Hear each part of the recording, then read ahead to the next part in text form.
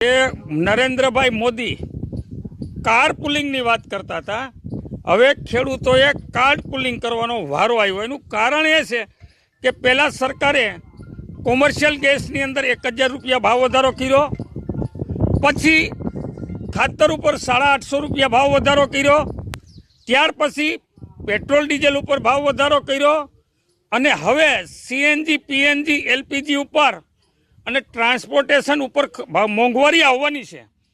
આનાથી ખેડૂતો, ખેતમજૂર, માલધારી, નાના વેપારી અને પથરાણાવાળા જે ધંધાર્થી છે, જે રોજે રોજનું કમાઈ અને ખાય છે, એ લોકો માટે આ કમરતોડ મોંઘવારી આવશે. આ મોંઘવારીથી હું એમ કહું કે છેલ્લા 4-5 મહિના થયા જે આજે ગુજરાત સ્થિર હતું એનું કારણ હતું કે ખેડૂતો આત્મહત્યા કરતા હતા, એ બંધ થયા.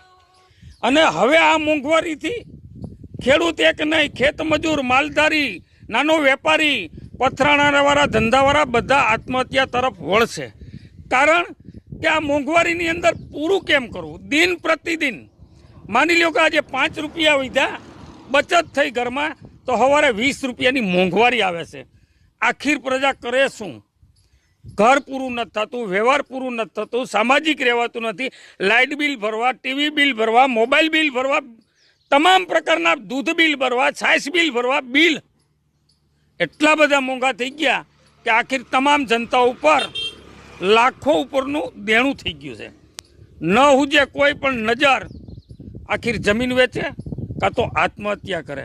આવા દિવસો આજે ગુજરાતમાં આવી રહ્યા છે. આના માટે સરકારે ખરેખર, હું તો એમ કહું કે ખેડૂતોને પણ ભાવ વધારા દેવો જોઈએ આટલા જ ટકા. તો જેટલી લોકોની જનરલ ઓલ ઓવર લોકોની આવક છે એનાથી આ મોંઘવારીમાં જાવક ડબલ થઈ જાય છે. મોદી સરકાર એમ કહેતી હતી કે ખેડૂતોની અમે 2022માં ડબલ આવક કરશું. અરે ભાઈ, હતી એટલી રહી હોત તો સારું હતી. આવક ડબલની વાત નહીં, પણ તમે ડબલ જાવકની વાત કરી છે. એટલા માટે આ લોકો આજે હાહાકાર મચી ગયા છે. કોઈ સૂઝબૂઝ રહેતી નથી. લોકો સવારે ઉઠે ત્યાં સમસ્યા, મોંઘવારી, ભાગદોડ, petrol, diesel, gas, CNG, PNG, ખાતર, અનેક સમસ્યાઓ. આ તો સારું કહેવાય ભગવાને 8 કલાક ઊંઘ આપી શાંતિથી સૂઈ શકે. હવે ખરેખર ભાજપ સરકારને હું વિનંતી કરું છું કે આવું રાજ ન કરાય. કોઈ જનતાનો ભોગ લઈને સત્તા ઉપર ના રહેવાય.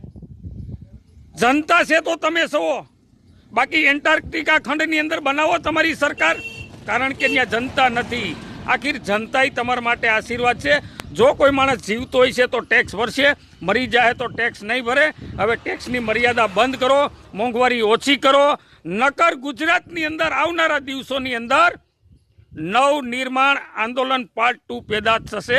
સ્વયંભૂ પબ્લિક રોડ ઉપર ઉતરશે.